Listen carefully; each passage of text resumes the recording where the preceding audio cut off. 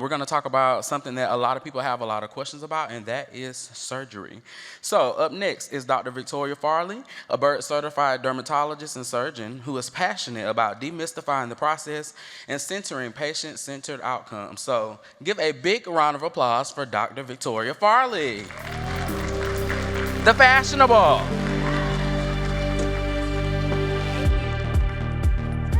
Well, hello everyone, and I'm super excited to be here, and I'm happy to see all of y'all's faces here in the audience. I'm going to be talking about surgical options for hidradenitis suppurativa, but it was just spoken before. This is definitely a group effort type of thing.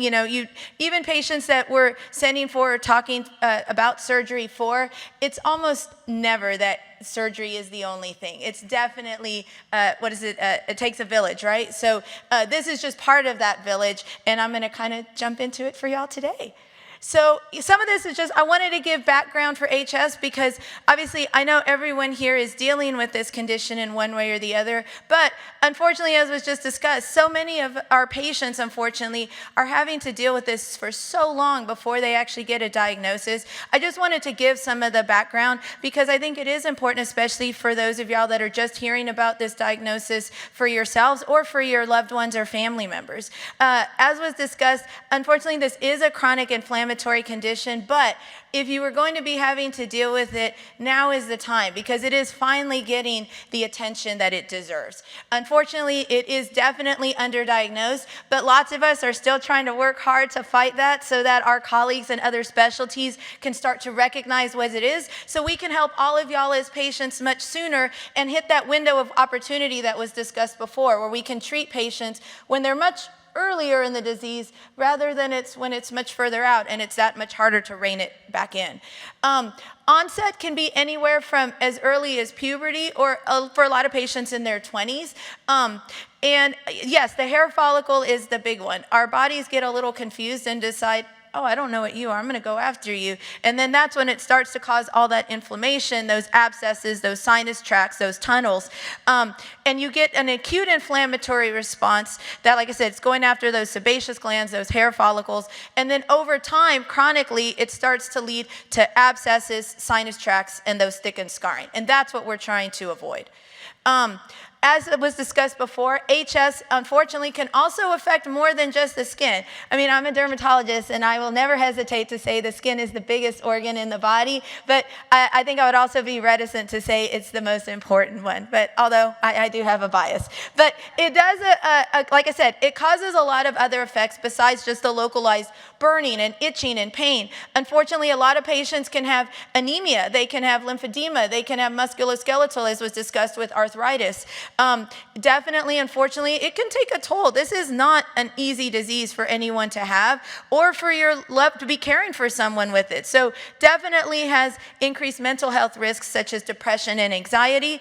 And like I said before, this is definitely a condition that takes a village. You need that combination therapy. Ideally, if we get patients early enough, we can treat them with just medical therapy. But again, we're saying where we are now in 2025, we do still need that combination therapy. So you're going to be combining medical and surgical and lifestyle. So it's a whole circle. And as you know, yes, I talk with my hands. So again, going back to that Hurley staging, so, 1, 2, 3. And the reason we bring them up is, as you saw before, if you're looking at, you're doing your research online and you're reading articles, Hurley staging is one of the most common stages that is used, which is why I brought it up, because I think it's important for y'all to know when you're reading these articles, and it's like, what is this Hurley thing? So one, essentially exactly as was discussed before, you're having more of these isolated lesions, but the majority of the skin is normal.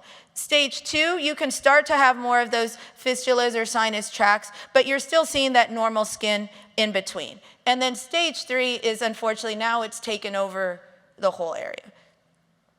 So surgical management, like I said, if it's a very mild case, you might be able to get away with just surgery, but overall, unfortunately, as a monotherapy or used all by itself, you're definitely gonna have higher rates of recurrence. So ideally, you would be seeing someone like us as a dermatologist ahead of time, so we can try and get all that inflammation under control even before someone starts surgery, because that optimizes the results even better. But in case you don't and you get sent to the dermatologist afterwards, that's fine too. Just trying to, again, keep all that inflammation under control and try to reduce any recurrence in the future.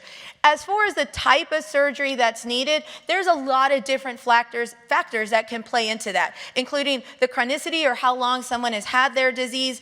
What part of the body is it involving? How extensive is it? Again, staying that Hurley 1 versus 2 versus 3, the other comorbidities that are involved, and then also what other treatments has someone already had.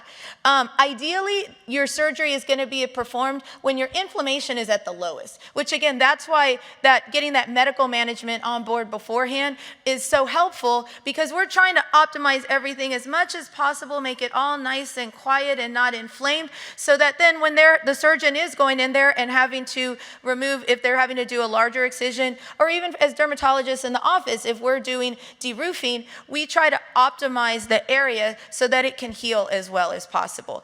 And again, optimizing those comorbidities, those are going to include the medical management ahead of time to decrease the inflammation, smoking cessation. Again, just unfortunately, amongst all the other things that smoking does, it definitely, unfortunately, inhibits wound healing. So it's never a good idea, ever, but definitely if you're thinking about surgery, unfortunately, smoking does not help in that. And then, of course, again, just for overall health, for these larger surgeries, people are needing general anesthesia, so now you're having to talk about intubation and all those things. And so, again, just optimizing weight as well to just optimize someone's overall health.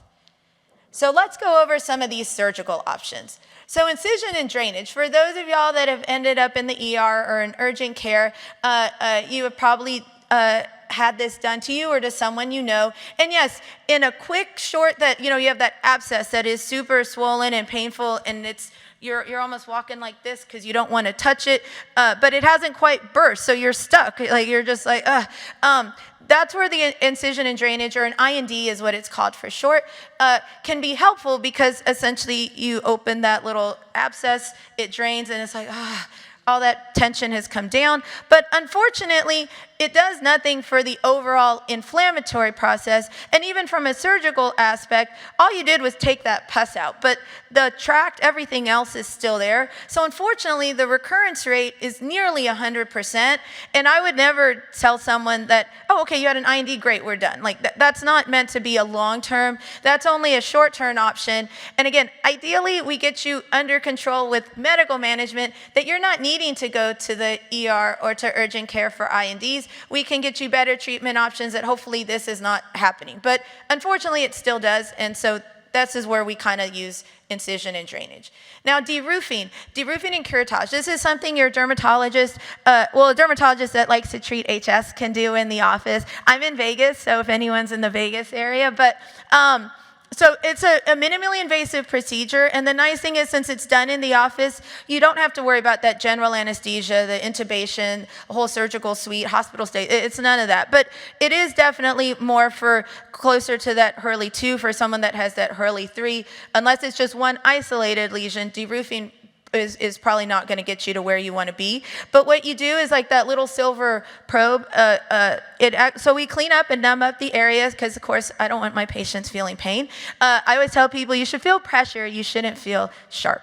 But we kind of put that probe in to figure out where exactly is this tunnel going, because they can go all over the place. So we're trying to figure it out. We numb it up, and then we kind of cut along the little, the probe to open it up, and then we do something called electrodesiccation, which kind of lightly cauterizes or burns it, and then we cure it, or take that, trying to get rid of that little sinus tract. Now, this is often left to heal by what's called secondary intention, or it means it's going to be open. So it is a little bit of an open sore for a while, but as scary as that sounds, believe it or not, it heals really well.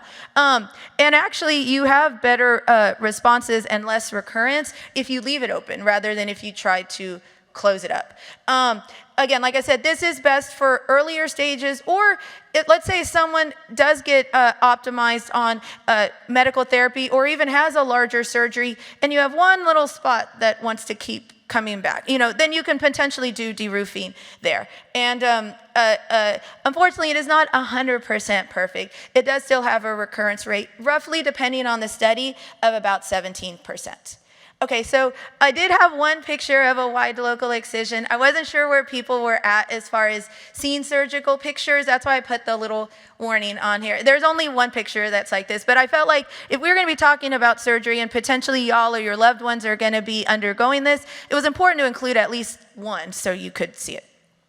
Okay, so wide local excision. Essentially what that means is, unfortunately, it's not just, okay, here's the spot, and I'm going to just cut right around it as close as possible, because unfortunately, if those affected glands are in there, it has a much higher rate of recurrence. So with wide local excision, you're aiming for a margin of at least 1 to 2 centimeters, which that's tough. We all know the areas that HS involves, and saying you're going to take an extra 1 to 2 centimeters in the genitalia, the buttocks or perianal area, even underarms or breast area, that 1 to 2 centimeters is a lot of skin, but it has a much better overall success rate with that wider than taking a narrower excision. Sometimes they can be closed primarily, or they can be left to heal by secondary intention as well, which again, depending on the body part, that can sound a little scary, thinking you're going to leave large wounds in my groin or in my buttocks area to heal. But again, there is definitely downtime with it, but those actually have the best success rates. Unfortunately, again, nothing is 100%. There is still recurrence that can happen. Overall, for wide local excision, it's about 13%. But believe it or not, the highest is with that primary closure, which our common sense, or at least mine, would say, whoa, close it up. But unfortunately, that is what tends to have the highest recurrence rate. So then there's other things like flaps, which is where you kind of move some tissue over to cover it, or a graft, which you may have seen this usually like from the thigh, or someone will have like a little rectangle scar and they take the skin and put it there. Those can have lower recurrence rates, but there are other things, and I'll discuss it in a second, that you have to make sure to be aware of when going under those closures.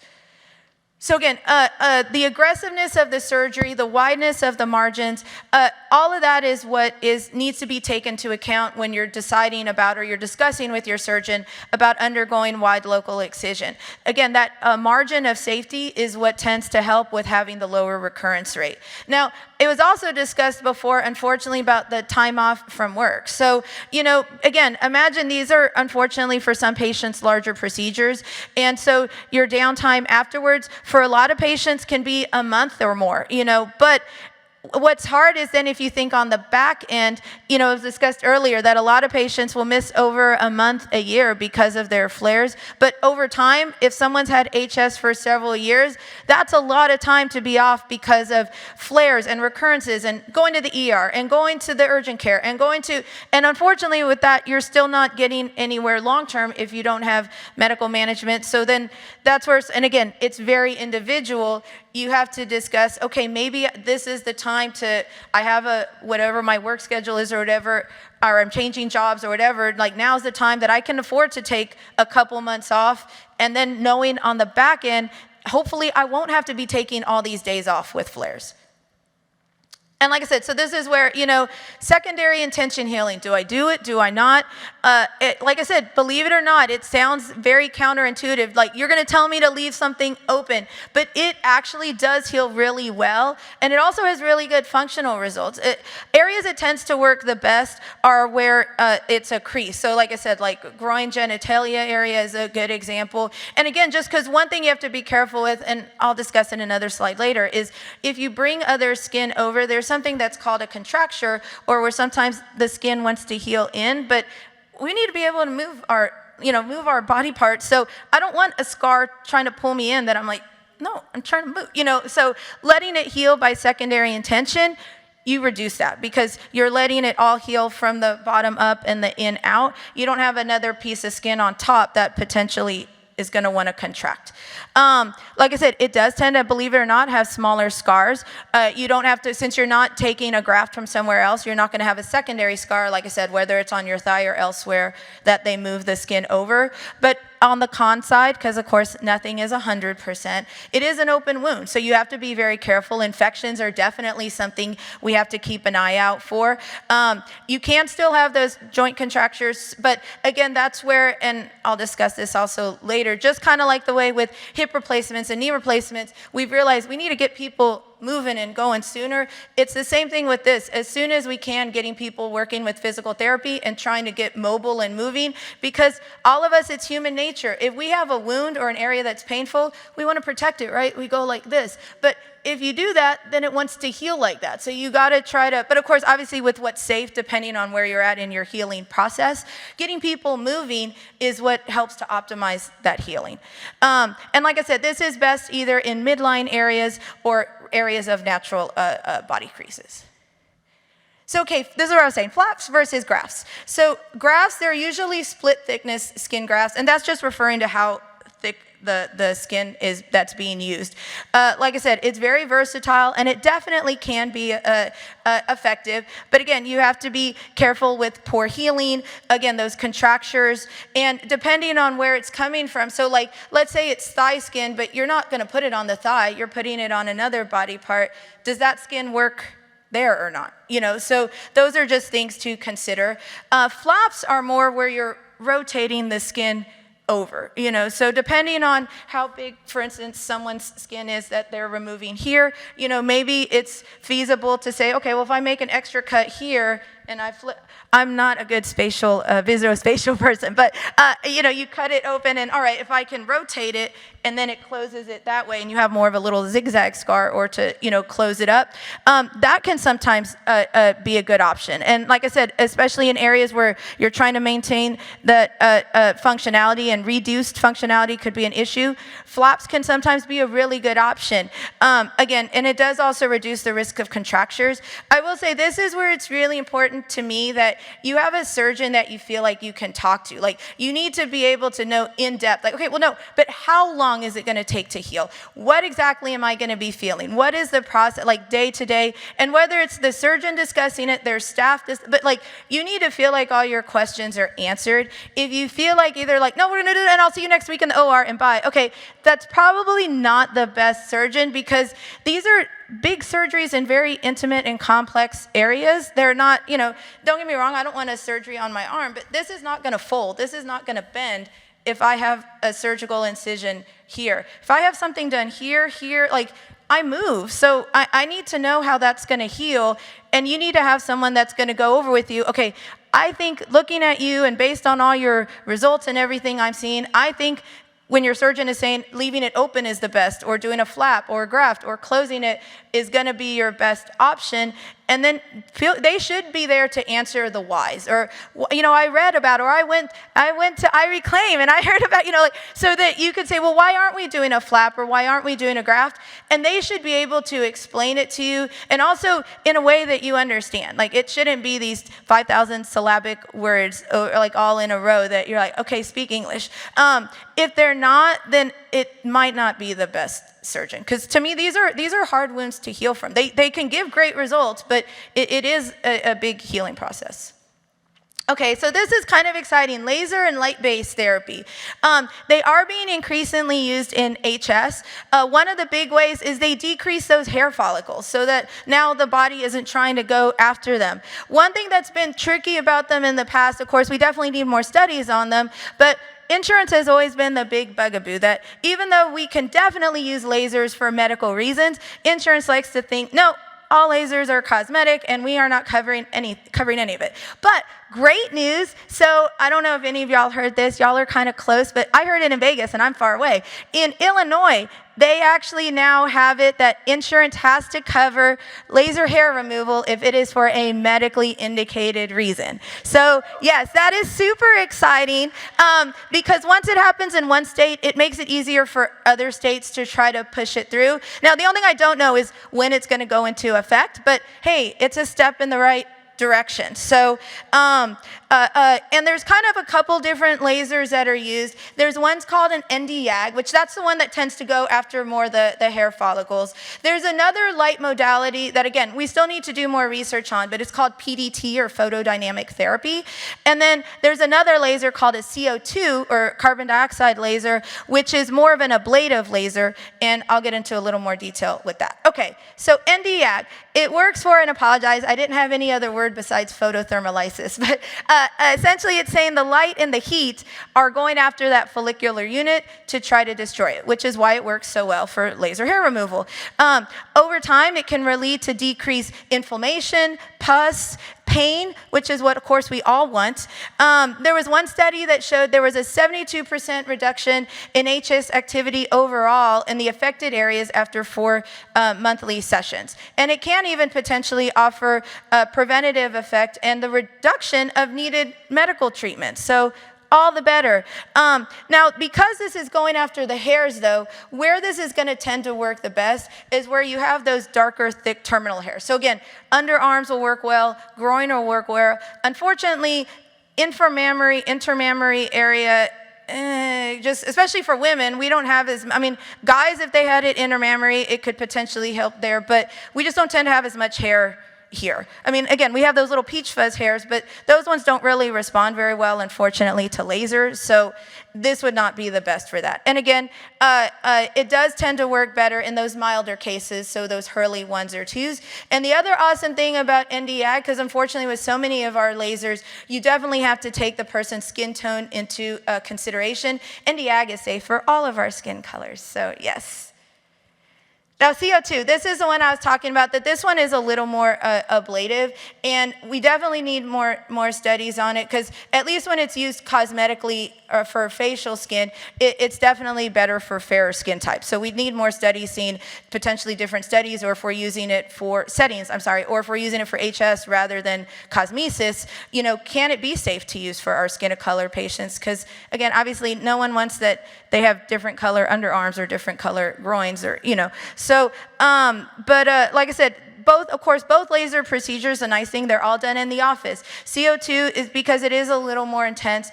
You do often require local anesthesia, and you can actually do the deroofing or local excision with CO2.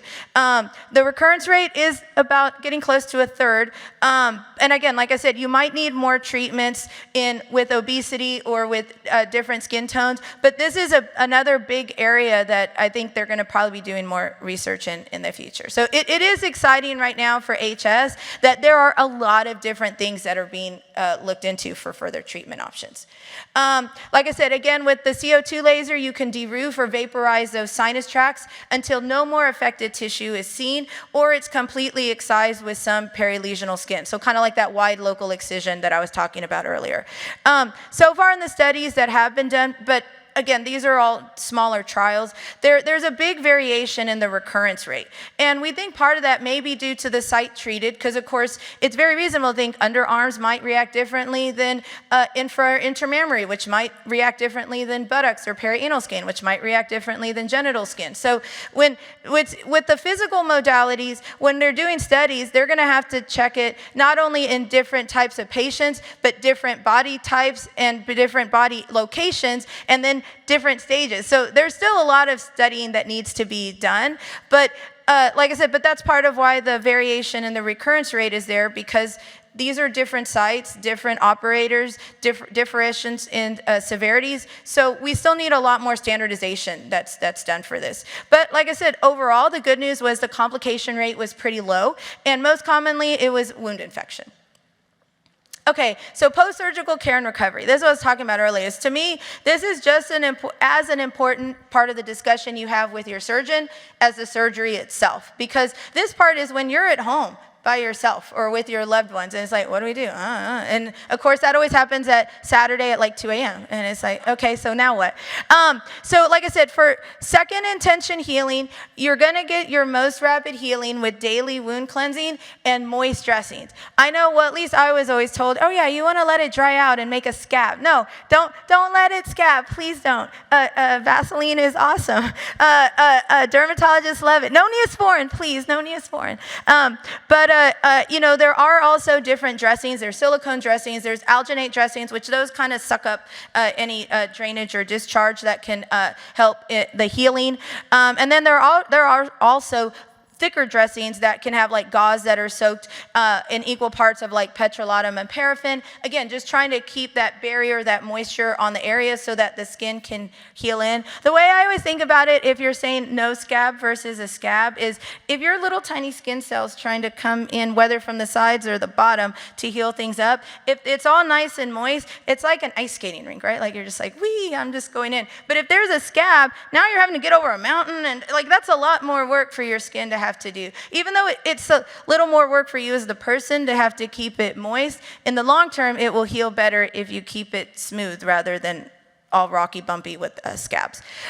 For larger procedures, the surgeons will sometimes use these negative pressure vacuum dressings that you may have seen. A lot of times it's like kind of stuck on, and it looks like when they show the commercials for the vacuum for packing, it's like that, like it kind of goes, like it's kind of tightened in there. And essentially what they're trying to do is increase the oxygen to the area and decrease any bacterial growth. Because again, infection is the big thing we're all trying to avoid.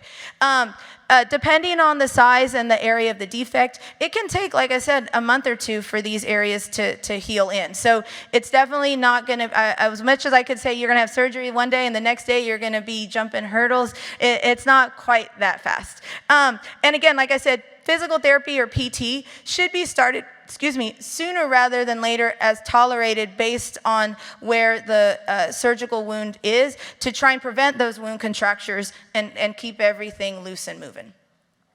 So recurrence, I kind of mentioned it on each of the separate ones. I kind of wanted to put it all together. So like I said, I&D, unfortunately, it's pretty much 100%. So it's meant to be just short-term. I'm in a lot of pain. Hey, I need this done now or I'm going to be miserable. It'll take care of it for that hot minute, but it's not going to be a long-term option.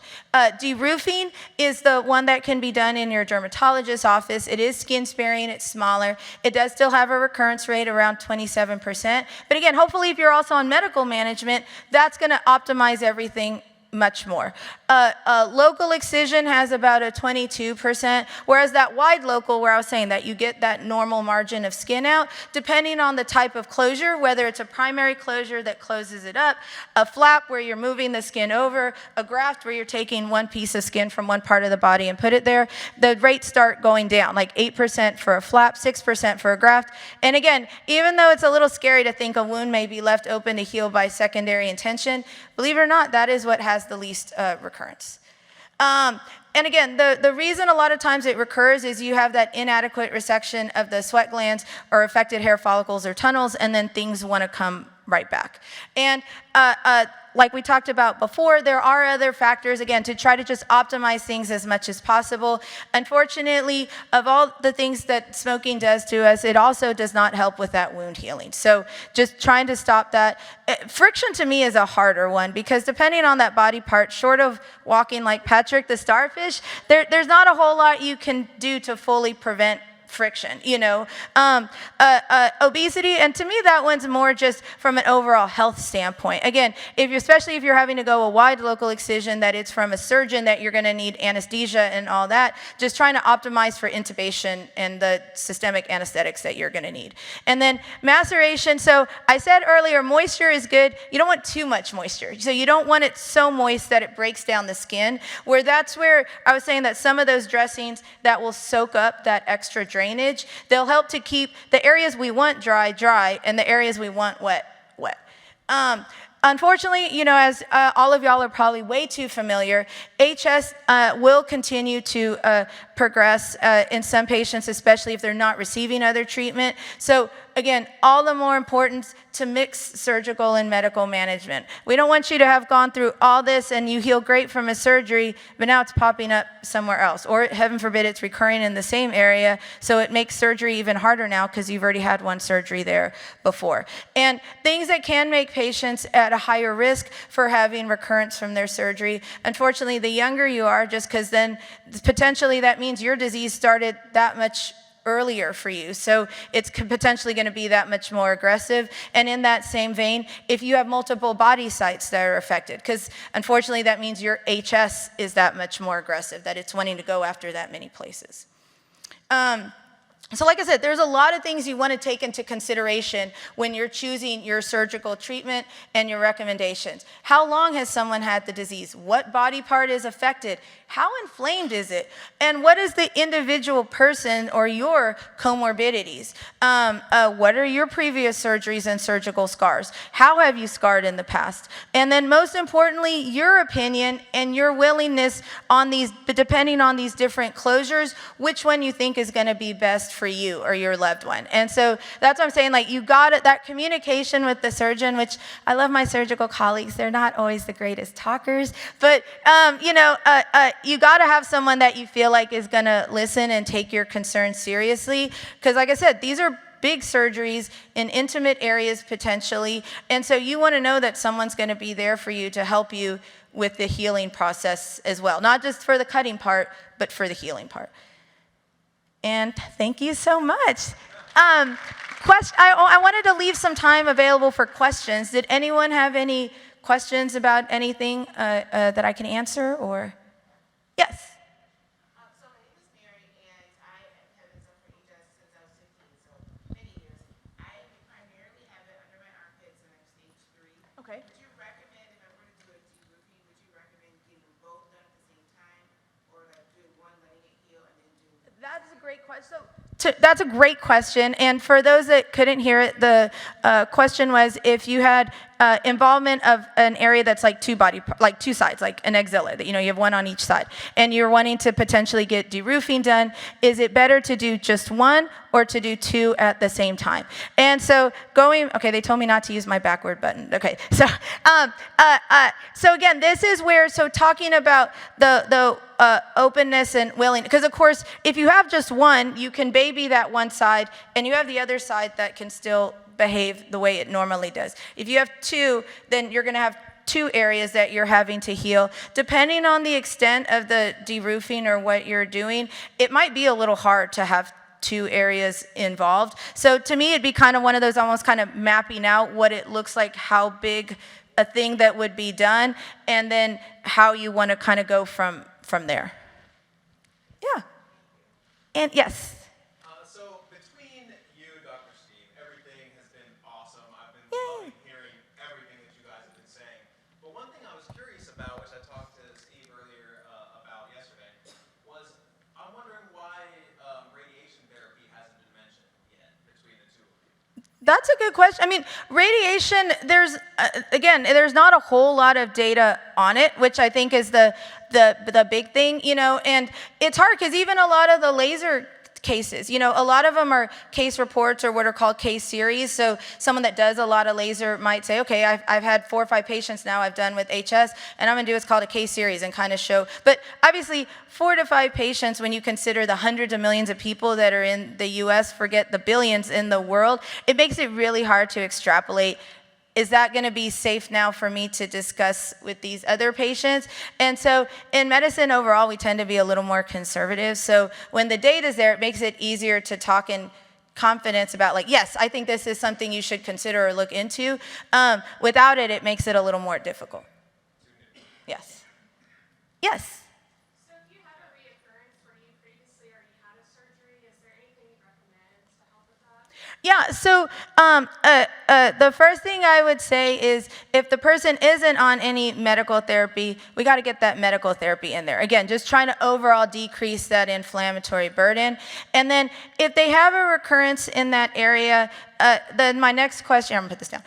My next question is, how big is it? Is it saying that it's like just something real little? Is it something big? If it's little, it may be amenable to de-roofing it, which to me would be much easier because, once you have a scar, it's hard to get scar to heal on scar. So if I can just open a little piece of it rather than having to have the surgeon go back in and cut the whole thing out, I think that would be more of an optimal situation.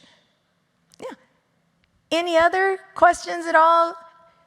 Questions, concerns, insights, anything? I guess I have one more. Yeah. Is there anything you recommend for finding a good surgeon? Because sometimes it's hard to find one that I agree. So actually what I would do is I would talk to your dermatologist about it, because I'm sure you do. I have surgeons that I work with in Vegas all the time, and we'll text or call each other about cases. So that's probably going to be your best bet, because if you have a dermatologist that you found that you've had a good rapport with and good conversations with, they're probably not, I mean, hopefully they're not referring you to a surgeon that doesn't do kind of somewhat the same way. So yeah. And any other questions, concerns, anything? All right. Well, thank you all so much.